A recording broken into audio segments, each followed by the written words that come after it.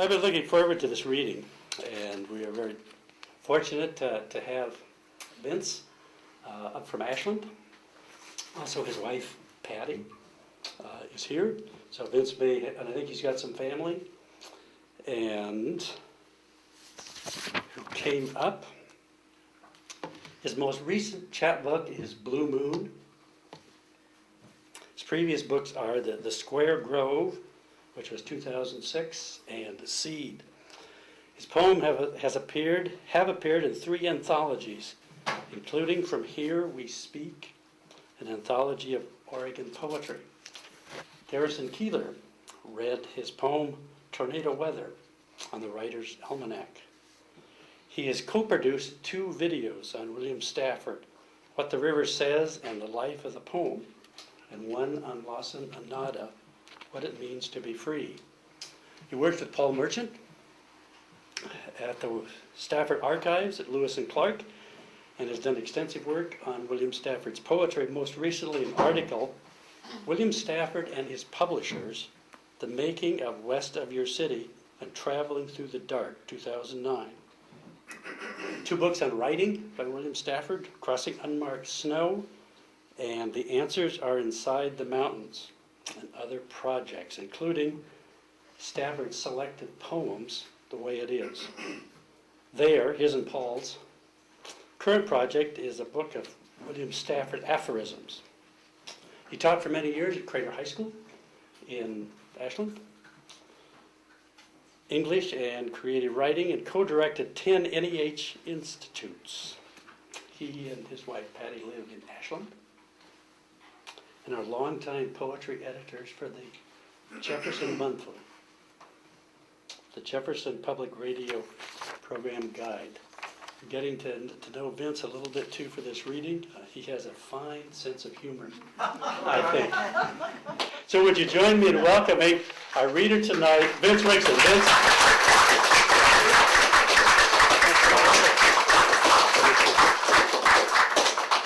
Thank you, Tom, for that very impressive introduction, and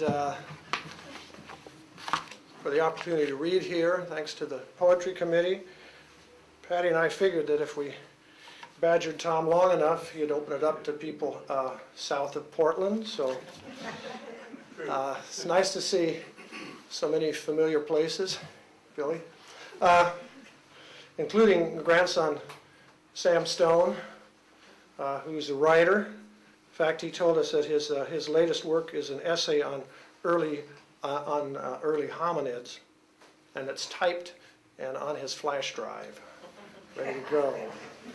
It is true I have a new chapbook of poems, which I'm pleased to have. David Memmott of Wordcraft of Oregon did a nice job on it.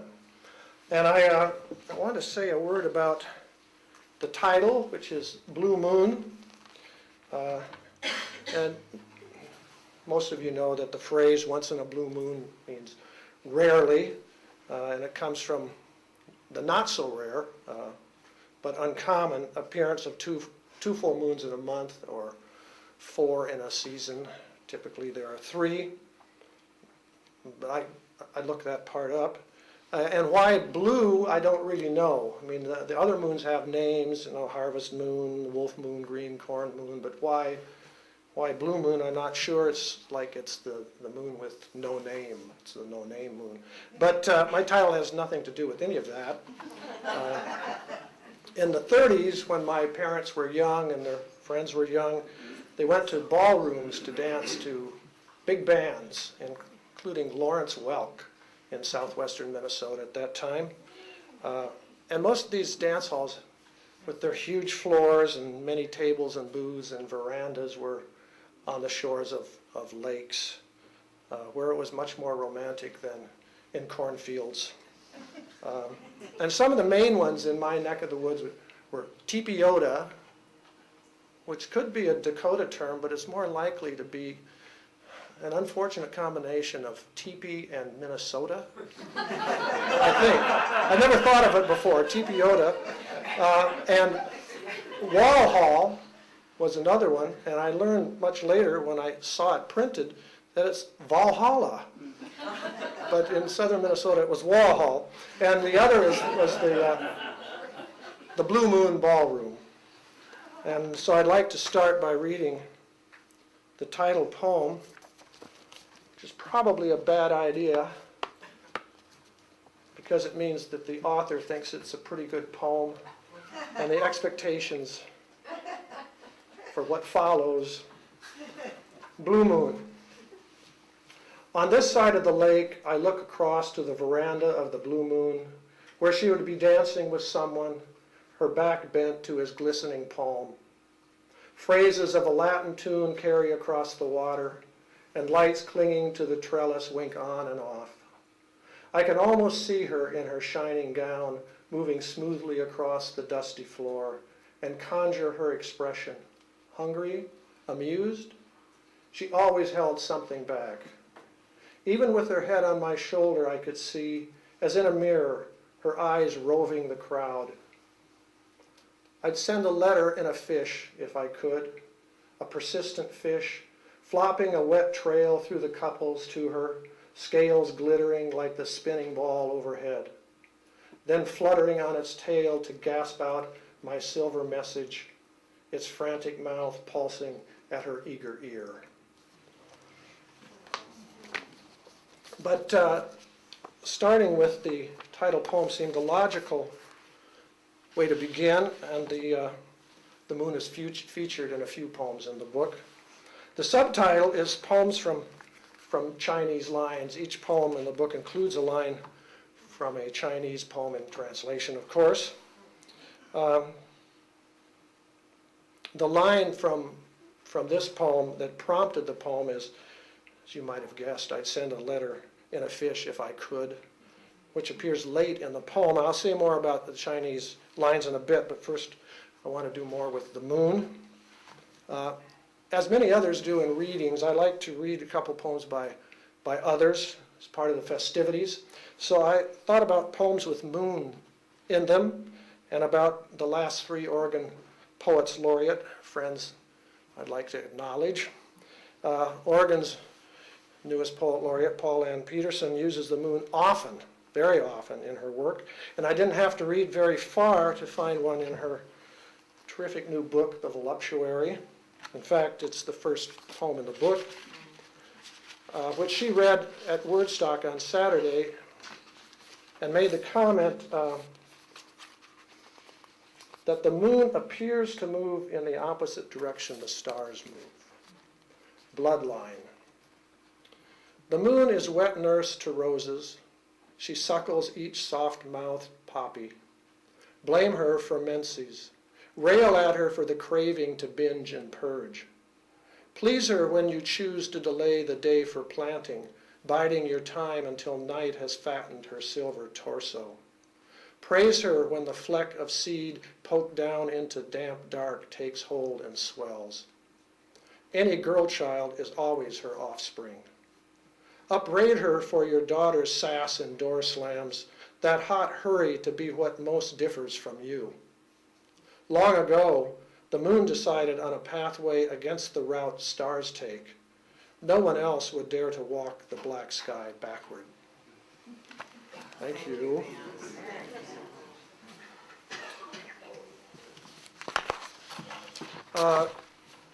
The Voluptuary, the moon is featured or mentioned in 17 poems. You counted? I did. That's why Paul needs me in the archives. That I can do. But the stars and the sun are very prominent in her poems too. With William Stafford, it's different. One poem came to mind right away, but I scanned the way it is, and I found 3 in over 400 poems, which is a small percentage of Bill's output, but still, Paul he'll tell me some others after this reading, right there in his head. But I think Bill didn't bother much with the moon. The sky, you know, you bet, the sky and stars, but not much moon. And my theory right now is that he's more interested in direct light and clarity rather than reflected light. Somebody could write a paper on that maybe. And someone else said, well, Bill lived in Portland. He may not have seen the moon all that much, but he grew up in Kansas, so I don't think that theory works. Anyway, in this poem, the moon is silence and death, the animal that drank up sound.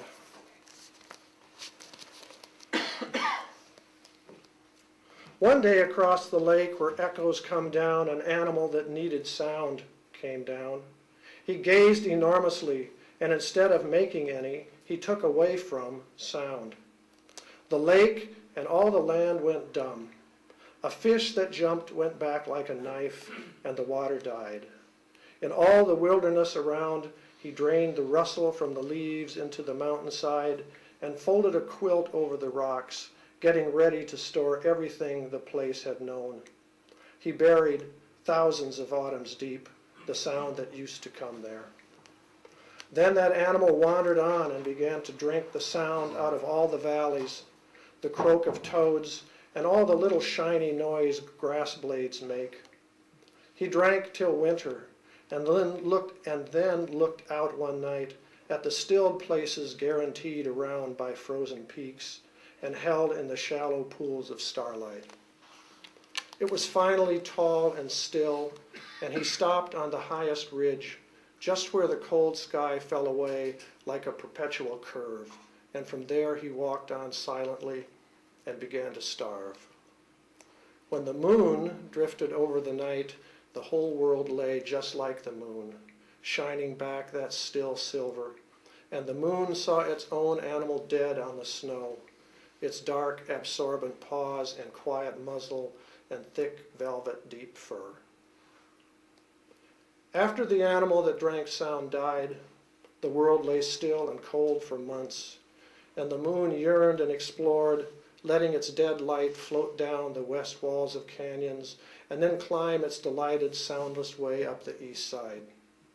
The moon owned the earth its animal had faithfully explored. The sun disregarded the life it used to warm.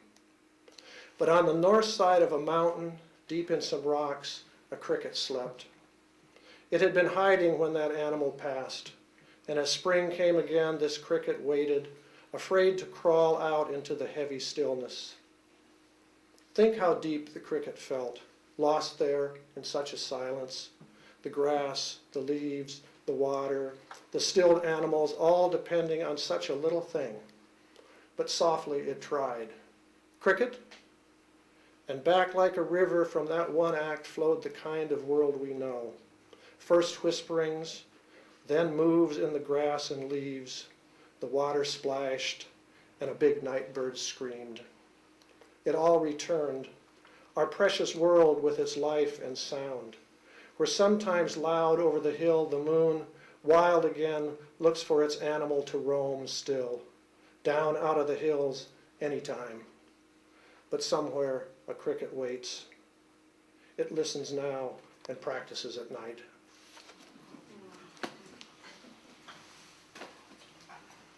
Well, that's a pretty good poem, I think.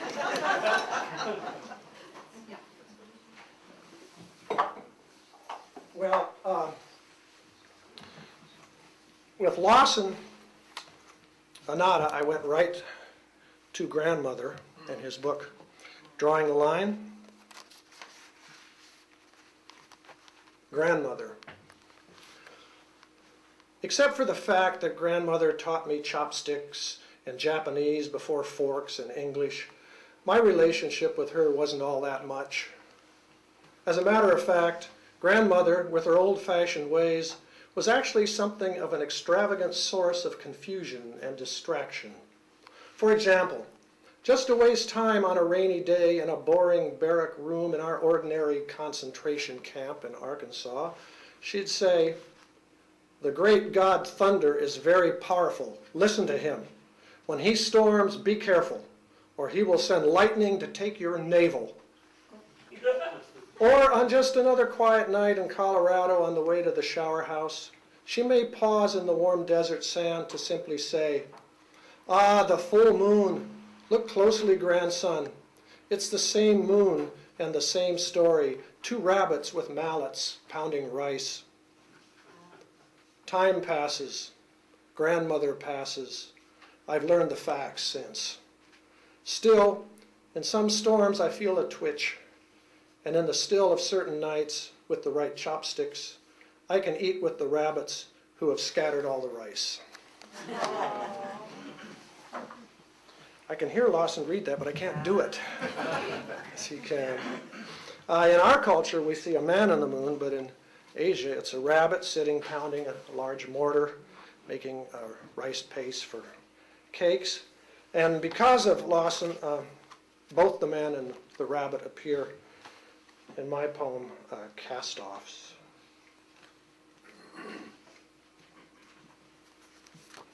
Cast-Offs. Lifting my head, I gaze at the moon, littered with cast-offs from astronauts traveling light on re-entry. Not tranquil now, the man glares at me. I tilt my head, the rabbit pounds rice with a vengeance. The moon isn't far anymore. In hermetic suits, men have driven rovers and golf balls, staked their claim with a rigid flag. Though reflected, moonlight is purer than its source these nights, glinting off the snow, off crystals rising in the air, turning us ghostly in our beds. The first line, lifting my head, I gaze at the moon, comes from a poem by one of the greats, Li Bo. His date's born in 701. Red Pine is the translator, as he is of all the poems in the book one of the books I used. Poems of the Masters, China's classic anthology of Tang and Sung dynasty poems from Copper Canyon. And here's Li Po's poem, Thoughts on a Quiet Night. Before my bed, the light is so bright it looks like a layer of frost. Lifting my head, I gaze at the moon. Lying back down, I think of home.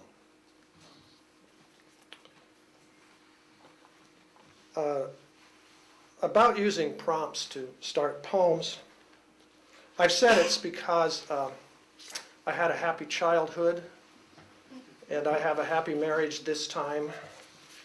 Hence, I have nothing to write about. But that's not a good thing to tell an audience, so I'll say this. I like starting with something. I like having something to get me going.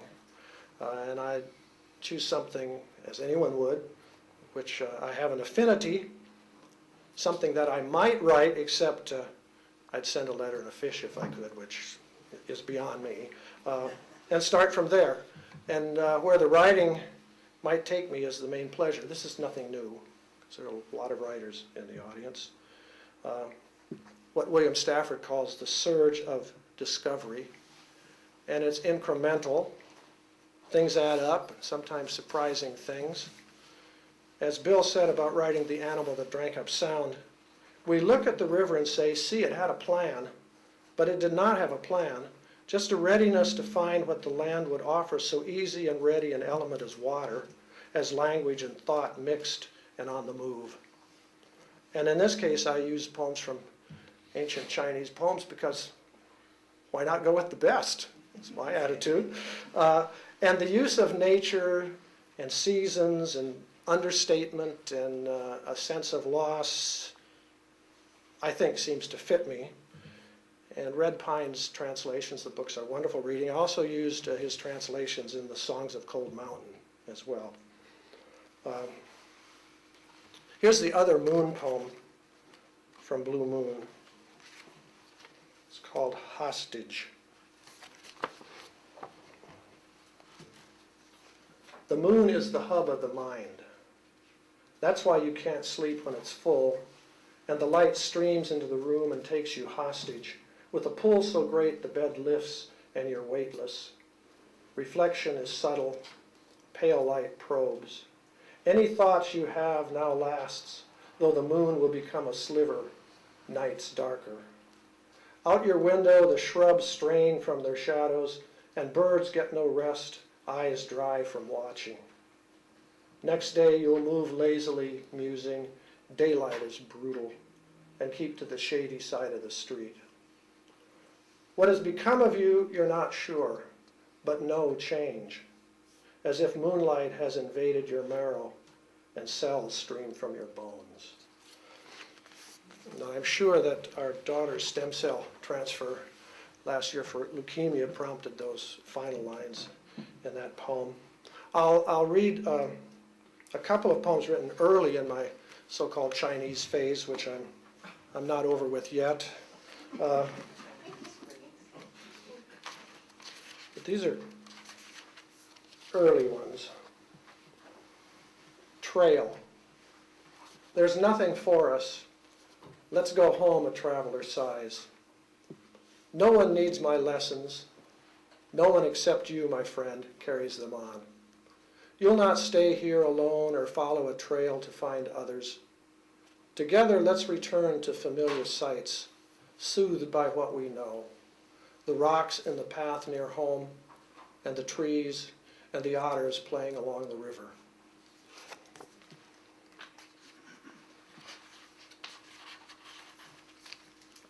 Setting. The sun is setting on the road ahead, writes the poet about his friend banished to a distant post, far from the seat of power. Though the sun is setting, it glows, and the road urges moving. Perhaps it's the Silk Road stretching across continents. There is a future. He may be cast off, but he is not dead. He has a friend who writes of him. Many do not have even that. The prompt lines for those two poems are very innocuous.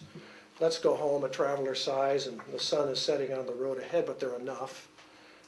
I didn't want a forceful direction, just something. And both of these poems, I think, have some of those Chinese elements, travel, nature, kind of resignation to them. But over time, my poems became more expansive, that is, expansive for me, which means not real expansive, taking on some more of my usual topics.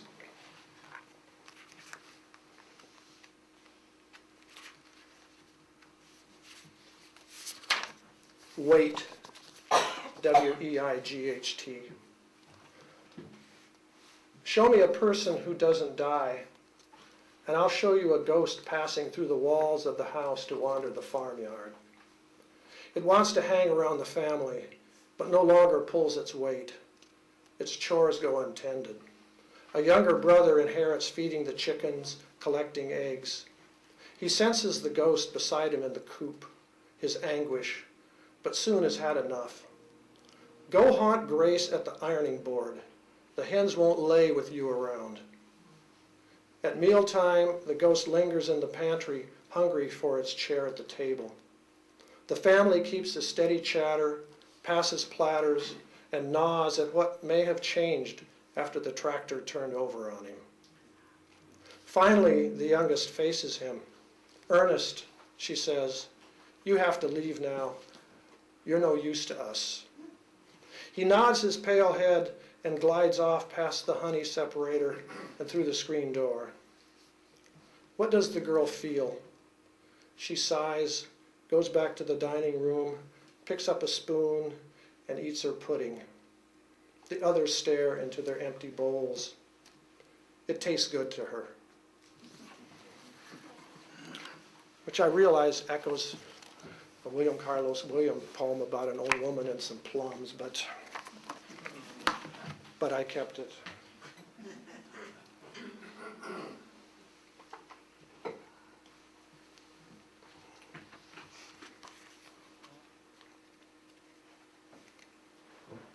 Vision. I retired to the edge of a forest. That way I could keep an eye on the owls and become wise. I stayed up nights and hunted voles, but never caught one. My night vision isn't good. My head turns only so far. I looked up as the owls spread their wings and left roosts, wind brushing through their feathers. They never touched branches, gliding toward their prey. Well, on all fours, I snapped twigs. They grew used to me, but hunted in other parts of the forest, leaving me to stagger back to my tent. What did I learn? That I was no good as an owl. That scrabbling on all fours is hard on the knees and shreds your jeans. That during the day I saw better, but never saw owls. That owls make use of what they've become. Well, I don't think I could have written that without that little line, I retired to the edge of a forest. And here's a Cold Mountains poem that has the line, I retired to the edge of a forest, and shows the life of a farmer, forthright in my dealings, no flattery in my speech. I prefer unpolished jade. You can have your jewels. I could never join the flock of bobbing ducks on the waves.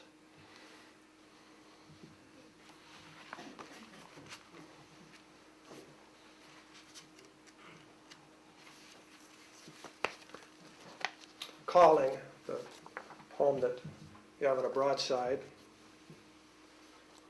Honking geese at night remind me of home. After milking, we sat at the table eating supper and heard geese flying south.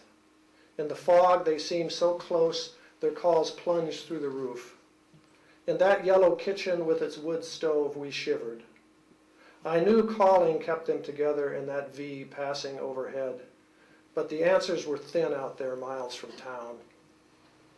The farmhouse is gone now, my parents too. What do the geese tell each other for comfort? And how long can they stay up there before fatigue brings them down in some farmer's half-picked field?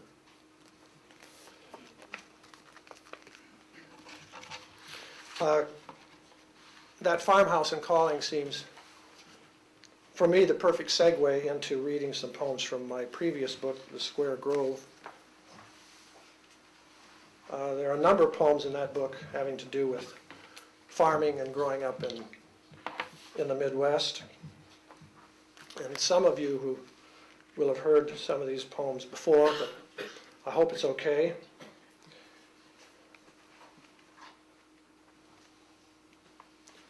First cutting. The rake turned the lake of hay into a coil of windrows as the tractor turned right, tighter and tighter to the center. Above the steady field, a June sky breathed on the green maize. The boy's arms ached from the jolting wheel. His bare back turned red.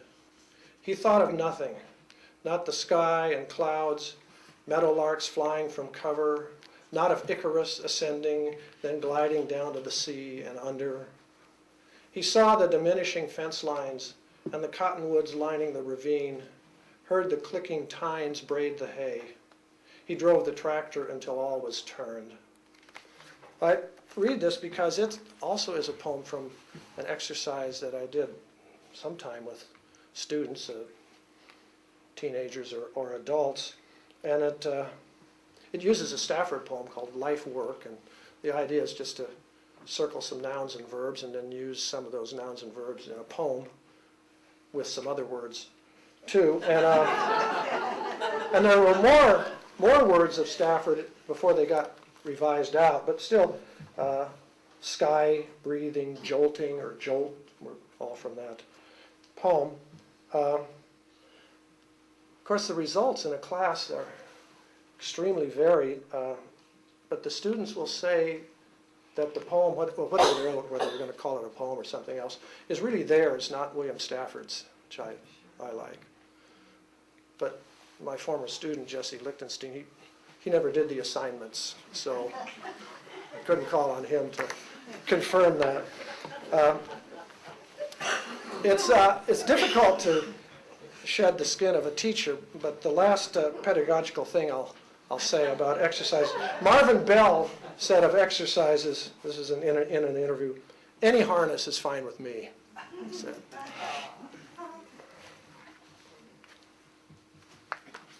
My parents lived in the same farmhouse for over 60 years.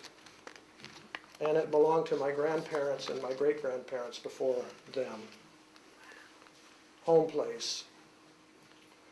Snow pushes against the cottonwoods, the fences in the calf pasture, and sinks in the hollows beneath the evergreen windbreak where cottontails hide. Beyond the grove, snow swirls across Highway 14. Grateful traffic trails a plow. In my old room under the eaves, we lie in flannel sheets and plaid blankets beneath a chenille spread. Downstairs, my father stretches in his recliner. Mother sleeps in her chair, a magazine angled in her hands. Tomorrow we fly to our home one range from the Pacific. But tonight we sleep warm upstairs in a bed too short for me, where on other winter nights my mother rolled my brother and me in blankets, then covered us with quilts. Nights I tried to pray in bed, my thoughts flying to baseball. The catch I would make sliding across the grass under the lights, holding aloft my gloved hand to show the glowing ball.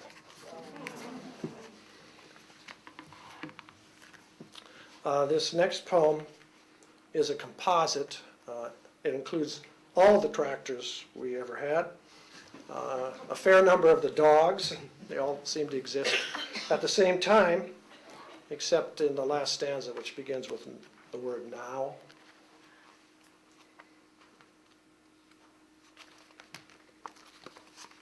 Always drives me crazy when poets page through books to find poems, and I find I'm doing it myself. Reunion. Last night, I went home and stood in the barnyard looking west into the wind. It was all still there, the square grove, the torn down sheds, hip-roofed barn, whining windmill, cows crowding the feedlot, litters of pigs charging around their little houses, the draft horses Dick and Jerry content in their stable, each with a back left foot lifted, their pulling days done. What did they know of the tractors? 2 Olivers, 2 Alice Chalmers, one with a bulky clutch and a farmall. And my father, striding toward the barn in white t-shirt and jeans, milk pail in hand, trailed by threading cats. My mother in a cotton dress whipping below her knees, work shoes, white anklets, coop bound to gather eggs in a wire basket. Shep, the border collie, smartest of the dogs, barking up the cottonwood full of roosting chickens. The other dogs, Trixie, who rode on the tractor, Duke, the sweet one, liver-colored Duke, the other Shep, who wandered onto the farm and later licked the hand of the vet putting him down, sniff each other, puzzled. Now, behind the barn and the golden fields thick as Sheppy's fur, the sun drops, the sky darkens. Box elders collapse the fences, weeds surround the outbuildings and invade the barnyard. Raccoons, possums, and pigeons have claimed the barn, but for one mother cat and her 4 kittens, 2 black, 2 white. A few flowers bloom in beds along the house yard fence. Orange poppies, some iris and daisies, grandmother's rose resting on its trellis, but grass has choked the rest. In the house, Mom and Dad sit in their chairs, hands on their canes, steady for what comes next. I must confess I do enjoy reading that poem, especially when the details start piling up. I remember feeling in writing this, how much can I cram in? Which is unusual for me. Instead of cutting out things like the lifted feet of the horse and the bulky clutch and the color of the kittens, I left that all in. My father milked cows morning and evening for so many years that he said he thought should be on his tombstone, "I was in the barn."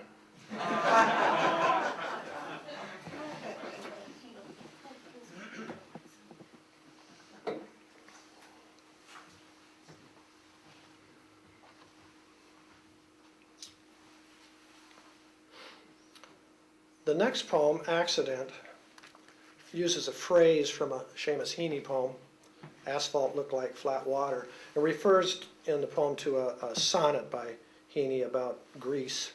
The Green Springs Highway is Highway 66 between Ashland and Klamath Falls.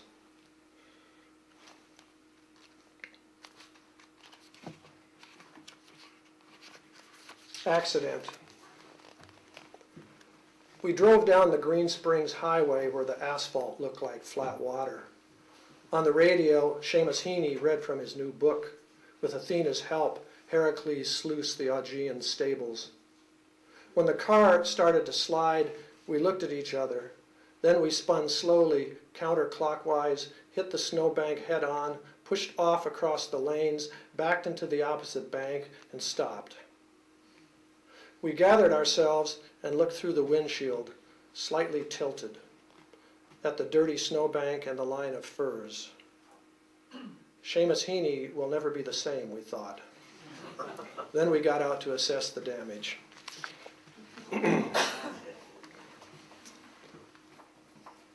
One more poem from this book, and I'll finish with a few uncollected poems written since this book came out in 2006. At her Wordstock reading on Saturday, the poet Patty Wixon said that I always introduce this next poem as a love poem featuring home maintenance. Then she read a love poem to me that featured laundry. So, very sweet.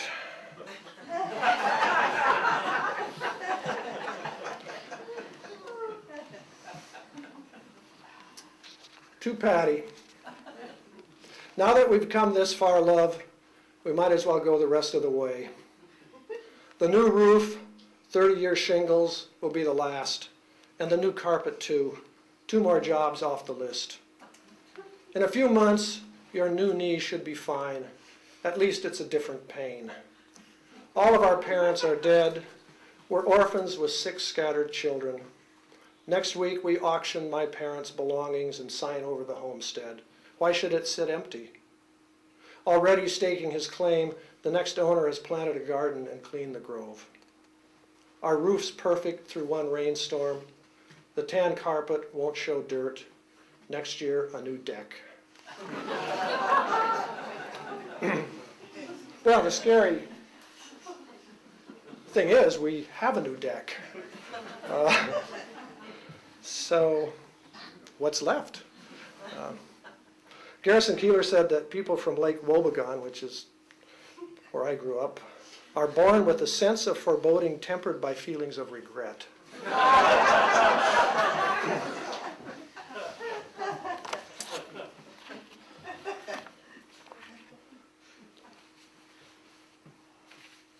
Still in the rural vein, but not in any book, Bethel Cemetery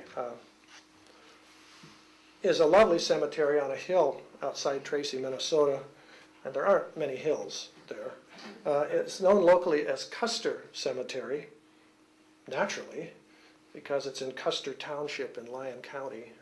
I like that little detail. Besides Tracy, 2 other almost invisible towns are mentioned in this poem, Garvin and Amoret. Bethel Cemetery. I dreamed we escaped from our graves, leapt the chain fence and tumbled down the ravine. We looked at each other in our best suits and prettiest dresses, happy we weren't wearing shoes, delighted to unclasp our hands, surprised to still be wearing our glasses and how clean they were. Never when alive could we see so clearly. After a while trudging the gravel roads under a blazing sun and hazy blue sky, past the emerald corn and soybean fields, our feet began to blister and our clothes grew limp, but the mosquitoes left us alone. We carried the little ones who began to fuss. We want to go home, they whined. The farther we got from Bethel, the more we began to miss it. Up there on the hill, the cool breeze soughing across the grass and stones, the call of familiar birds in the trees, even the startling rifle salutes on Memorial Days. We began to talk it over. Our glasses had become dusty. Where were we headed? Amoret, Garvin, Tracy? We didn't know. Did it matter? The part about the clean glasses is from experience. At the viewing in the funeral parlor, my Aunt Ruth looked at my Uncle Bill lying in his casket and said, "I've never seen his glasses so clean." My Aunt Ruth was a very refreshing person. This next poem mentions the PCH, the Pacific Coast Highway in Southern California. Pacific Coast. On the beach, the sun pressed down, compressing her flip-flops to wafers. Air shrieked from her rubber raft. Even her romance novel was suddenly abridged. When her head cleared, she saw the sea completely still, fishing boats with their long arms frozen. High above, a condor soared like an enormous kite, head pivoting from side to side. They have made a comeback, she thought, brushed off the sand and gathered up her stuff. When she climbed the last dune to the PCH, as usual, big cars roared by in a streak, drivers with their Bluetooth earpieces glancing to reference her bikini. For an instant, their lips stopped moving. She watched for a time, wondering where everyone could be going. What possible reason could they have driving with such determination while she looked up. The condor had disappeared, leaving a tiny vent in the blue. She pushed the remote button and the Beetle squealed.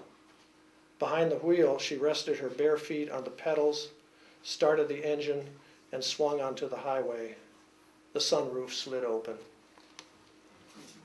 I remember beginning with the sight and the beach and the sun pressing down, and I got to think, well, if the sun presses down, what could happen? That happened. I'm going to read just two more. Who we are. A high school classmate didn't recognize me without my baseball cap. When I put it on, the doubt left her eyes. "You haven't changed a bit," she said, and said she last saw me running down a fly ball on senior skip day. I reached across my body with my left hand, lunged, and closed it like a book. I pictured her in her cheerleader outfit, pleated skirt the size of a face towel, V-neck sweater with the block T plastered across her chest, sweat sheen on her forehead. Her leather sweater smelled old, like mine, folded beside old trophies on a shelf in an upstairs closet. A hand-me-down from my brother, who bought it from someone else, whose name is stitched along the side seam, Carl Sorensen. A third-hand sweater I now remember passing on to my granddaughter, who dragged it on over her head and cried, "Go team!"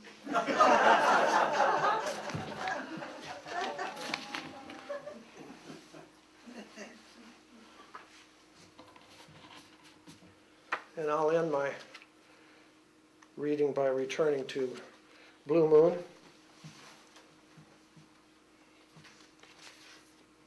Deeper. To learn where the wild ducks fly, you have to behave like a duck. Lose your fear of water, dabble your bill in the lake, then bob headfirst butt in the air like a green-winged teal. To live like a diving duck is another matter. A merganser, say, one with teeth.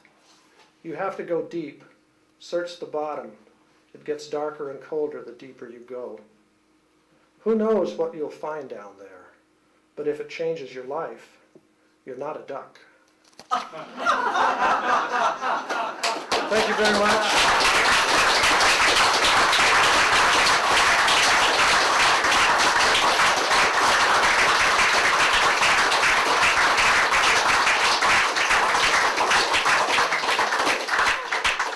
Tom said you might have questions, though I hope not. But yes, Tom. Well, so where did that poem happen on Highway 66? 'Cause that's a very treacherous road going up to Green Springs Pass. Yeah, we were coming back from bird watching, I think. So it was just starting down. Just started down? It wasn't our fault either. Yeah, Shakespeare's fault. Yes, my stepson Larry, what are you going to ask? Do you think you can make it through work, or should let everybody be down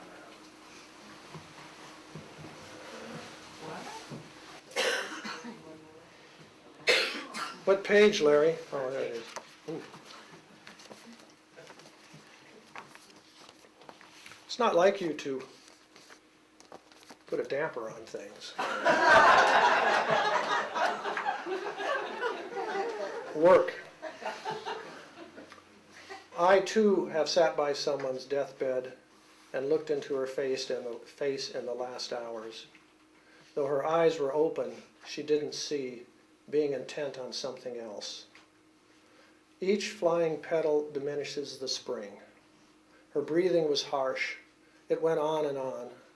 Hard work even for someone used to hard work. Then it became still, and the work was left to me.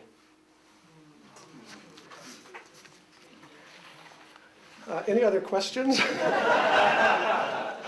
Yes, Paul Ann?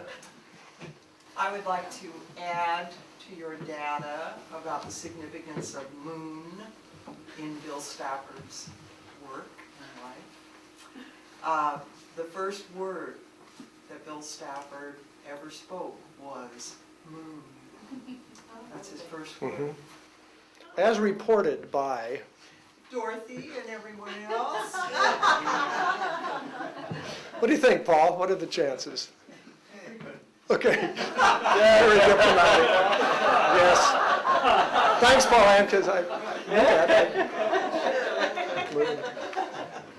So, you know, he said that's the first word that ever came out of his mouth, so, you know, it was already there. He said that. Yes, it was Okay. the first word that he said Okay. as, you know, how old was he? You know that, Paul. You know. Dorothy said his mother said that. Well, that's good. Yeah, that'll do. We'll take that. You're not going to argue with Ruby, are you? No. Ruby is the soldier mother. I wouldn't argue with her. Anything else? Tom? No, if there aren't any more questions. Thanks very much. Thank you.